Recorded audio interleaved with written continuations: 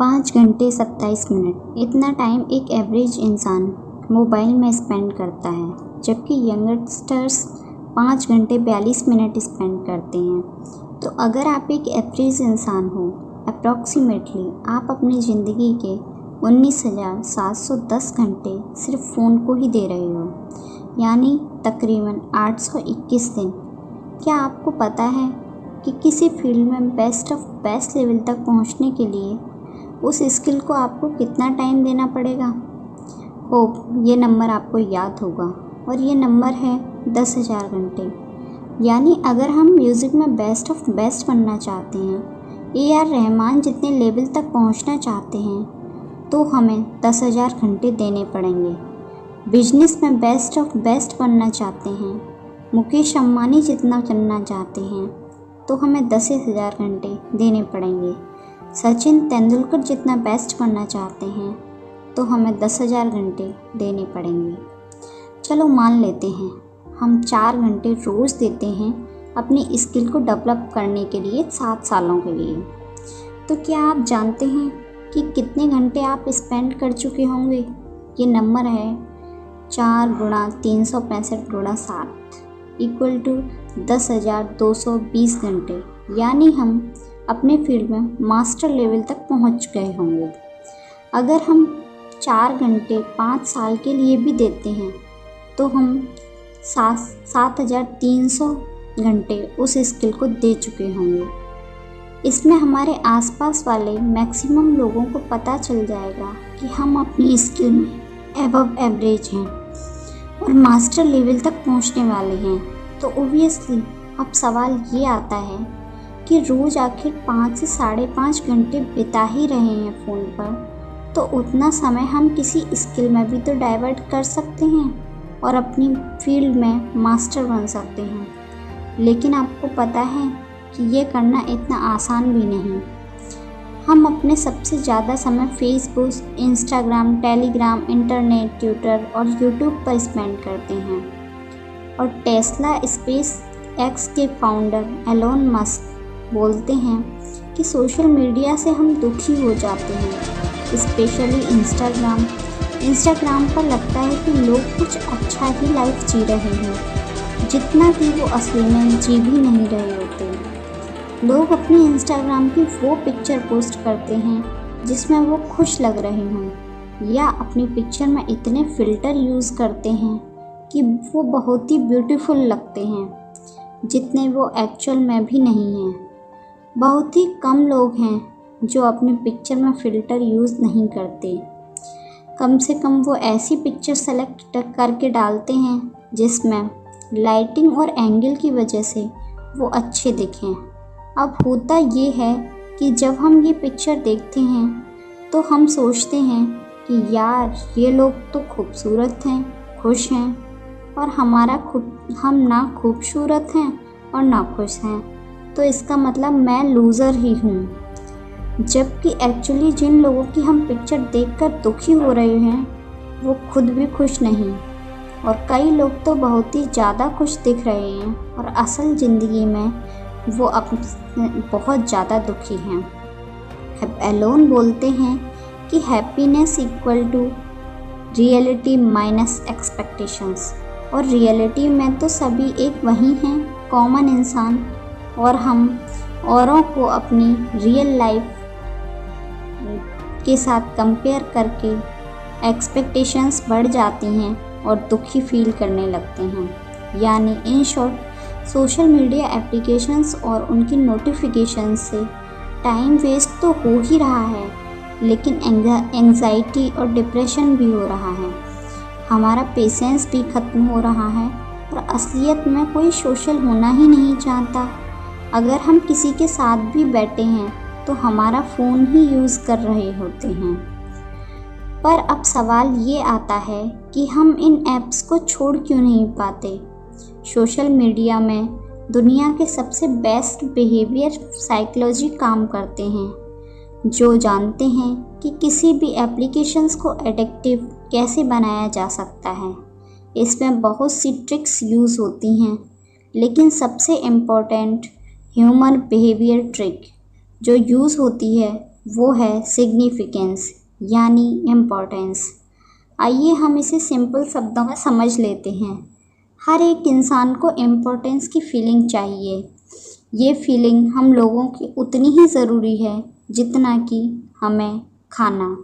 आपको पता है कि मैक्सिमम लोगों का कोई भी एक पर्टिकुलर सब्जेक्ट क्यों फेवरेट बन जाता है? क्या वह इसलिए था कि हमारा दिमाग उसी के लिए बना था? बिल्कुल नहीं। ये सिर्फ इसलिए है कि हम बचपन में इस सब्जेक्ट में इम्पोर्टेंस मिली थी। हो सकता है कि हमने किसी सब्जेक्ट में 5 से 10 घंटे दिए हों और हमारे पेरेंट्स या टीचर्स ने बोला, वाओ यार, ये तो मैथ्स में बहुत तेज है। हम खुश हो गए। फिर हमने मैथ्स में 50 से 100 घंटे और दे दिए। अब बाकी क्लासमेट्स से हम ज़्यादा टाइम दे चुके हैं मैथ्स में, इसलिए हमारे टीचर ने हमारी तारीफ़ करना स्टार्ट कर दिया और हमको कॉन्स्टेंटली पर्टिकुलर सब्जेक्ट में इम्पोर्टेंस मिलने लग गई। और सबने कहा तो ये कहा कि ये तो नेचुरली टैलेंटेड है। वैसे ही सबको इम्पोर्टेंस चाहिए किसी न किसी तरीके से। कोई अच्छे कपड़े पहन के स्टाइल दिखा के इम्पोर्टेंस लेना चाहता है, कोई आईएएस का एग्ज़ाम क्लियर करके इम्पोर्टेंस लेना चाहता है, कोई लोगों की सेवा करके सबकी नज़रों में अच्छा बन के इम्पोर्टेंस लेना चाहता है। और ये सच्चाई है। लेकिन सोशल मीडिया साइट्स हमें सबसे आसान तरीका देना चाहती हैं इम्पोर्टेंस लेने का, और वो हैं लाइक्स और कमेंट। आप सच बताइए कि आप जितने भी फ्रेंड्स को पोस्ट को लाइक किए थे, उनमें से कितने लोगों की पोस्ट आपको एक्चुअल में अच्छी लगी थी? ओब्वियसली हम में से मैक्सिमम का आंसर होगा बहुत ही कम। तो सवाल ये है कि हम खुद ऐसा क्यों सोचते हैं कि जब कोई हमारी पोस्ट लाइक करता है तो वो एक्चुअल में हमें लाइक करता है। ये शायद हमें सोशल मीडिया क्रिएटर लोगों को भी पता है, लेकिन अब कुछ लाइक ले करके आसानी से जब कुछ इम्पोर्टेंस फीलिंग मिल ही रही है तो हम कुछ बड़ा काम करके इम्पोर्टेंस की फीलिंग क्यों लें?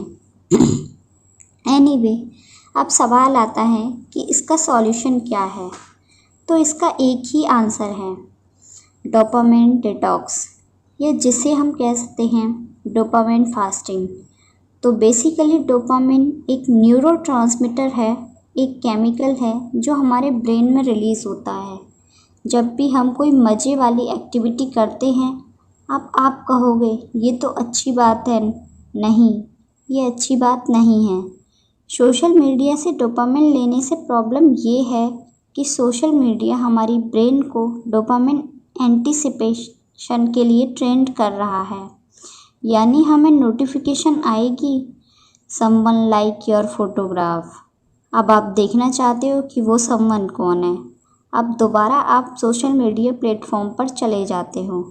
जब ये बार बार रिपीट होगा तो हमारा ब्रेन ट्रेंड हो जाएगा। एक नोटिफिकेशन के आने पर हमें खुशी तो मिलती ही है, डोपामिन रिलीज़ तो होता ही था। अब होगा ये कि जब भी नोटिफिकेशन की आवाज़ हमें सुनाई देगी तो नोटिफिकेशन को खोलने से पहले ही हमारा ब्रेन डोपामिन रिलीज़ कर देगा, और ये शायद कोई रिवार्ड नहीं होगा, और इस मोमेंट में हम एक पालतू जानवर की तरह ट्रेंड हो जाएंगे और इसे छोड़ना काफ़ी मुश्किल हो जाएगा। तो इससे बचने के लिए डोपामिन डिटॉक्स काफ़ी लोग फॉलो करते हैं। यह एक सिंपल कॉन्सेप्ट है जो कहता है कि हम कुछ पर्टिकुलर टाइम के लिए किसी भी फ़न एक्टिविटी में इन्वॉल्व नहीं होंगे, ना कि फ़ोन में, ना ही म्यूज़िक में, ना ही कोई हॉबी। इसमें हम ऑब्वियसली बोर फील करेंगे, और आइडिया ये है कि जब हम ये डोपामिन डिटॉक्स करेंगे तो डोपामिन थ्रेशोल्ड वैल्यू को कम कर पाएंगे। बोरिंग चीज़ें भी हमें अच्छी लगने लगेंगी। ओब्वियसली इसके कोई साइड इफ़ेक्ट नहीं है, लेकिन मैक्सिमम लोग ये सवाल पूछते हैं कि ये कितनी देर तक करना है। वैसे आप इसे व्रत या फास्टिंग कंसीडर कर सकते हैं, फ़न एक्टिविटी, और हफ्ते में एक दिन डोपामिन फास्टिंग कर सकते हैं। पर ईमानदारी से जिन लोगों का काम डिजिटली ही चल रहा है उनके लिए एक दिन इन चीज़ों से ऑफ रहना थोड़ा डिफ़िकल्ट है। इसलिए हम 1 से 2 घंटे भी इसे रोज़ प्रैक्टिस कर सकते हैं। दोस्तों, मैं डोपामिन डिटॉक्स को डीप वर्क की तरह कंसीडर करती हूँ। यानी जब भी हम कोई हाई इंटेंसिटी टास्क करने वाले हैं तो उस वक्त अपना इंटरनेट बंद कर दो 1 से 2 घंटे तक, क्योंकि 1 से 2 घंटे के बाद वैसे भी ब्रेक चाहिए तो हम अपने नोटिफिकेशंस देख सकते हैं। ओबियसली किसी भी चीज़ को चेक करने के लिए हमें फीडबैक चाहिए कि हम कितना टाइम फ़ोन में स्पेंड कर रहे हैं और फ़ोन में क्या क्या कर रहे हैं, ताकि हम अपने को इम्प्रूव कर सकें। तो उसके लिए बहुत सी एप्लीकेशंस अवेलेबल हैं, जैसे your hours, screen time, my phone time और बहुत सारे, जिसे यूज़ करके हम फीडबैक ले सकते हैं। अब कई लोगों को ये आइडिया थोड़ा अजीब सा लगेगा कि फ़ोन से छुटकारा पाने के लिए फ़ोन एप्लीकेशन यूज़ करना, ये क्या आइडिया हुआ, लेकिन यह एक रियलिटी है। अब हम खुद फिज़िकली स्टॉप वॉच लेकर तो टाइम को मैनेज नहीं कर सकते ना। फाइनली बात ये है कि हमने इस वीडियो में क्या क्या देखा, हम शॉर्ट में समझते हैं। नंबर फर्स्ट देखा हमने, ऑन एवरेज एक इंसान सोशल मीडिया में हर दिन 5 से 5.5 घंटे वेस्ट कर रहा है, जिसका मतलब है कि 10 साल में 19,710 घंटे सिर्फ फ़ोन में वेस्ट कर रहा है। और ये एक बहुत ही डरावने वाला नंबर है, क्योंकि हम इतने टाइम में किसी भी चीज़ में जीरो से लेकर एक पर्टिकुलर फील्ड में बेस्ट ऑफ बेस्ट बन सकते हैं।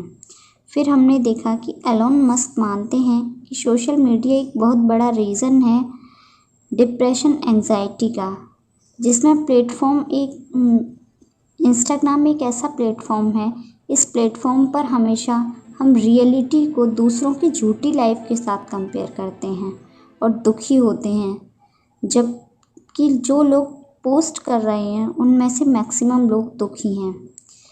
नंबर थर्ड हमने देखा कि हर एक बार जब नोटिफिकेशन आता है तो हमारा ब्रेन डोपामिन रिलीज़ करता है और हम इसके लिए ट्रेंड हो जाते हैं। तो बस नोटिफिकेशन की आवाज़ से हमारा ब्रेन डोपामिन रिलीज़ कर दे और हम उस जाल में फंस जाते हैं, जिससे बचने का एक ही तरीका है, जिसे हम कहते हैं डोपामिन डिटॉक्स या डोपामिन फास्टिंग। तो डोपामिन डिटॉक्स में हमने देखा कि कुछ टाइम के लिए हर फन एक्टिविटी से दूर जाना है, खुद को बोर होने देना है, ताकि हमारा ब्रेन बोरिंग एक्टिविटीज़ भी एक्सेप्ट कर ले और फन एक्टिविटी का इंतज़ार ना करे। नंबर 5, इसके लिए हमने देखा कि हम ऐसी एप्लीकेशंस भी यूज़ करते हैं जो हमें पूरे दिन में बिताए, हमारे टाइम फ़ोन में स्पेंड किए, किस पर्टिकुलर एप्लीकेशंस में कितना टाइम दिए, हम खुद के बहानों से ऑब्ज़र्व कर सकते हैं कि हमने इंटरनेट, सोशल मीडिया पर ज़्यादा टाइम बिता रहे हैं या फिर एक्चुअल में कोई लेक्चर या बिजनेस वीडियो देख रहे हैं और गोल को अचीव कर रहे हैं।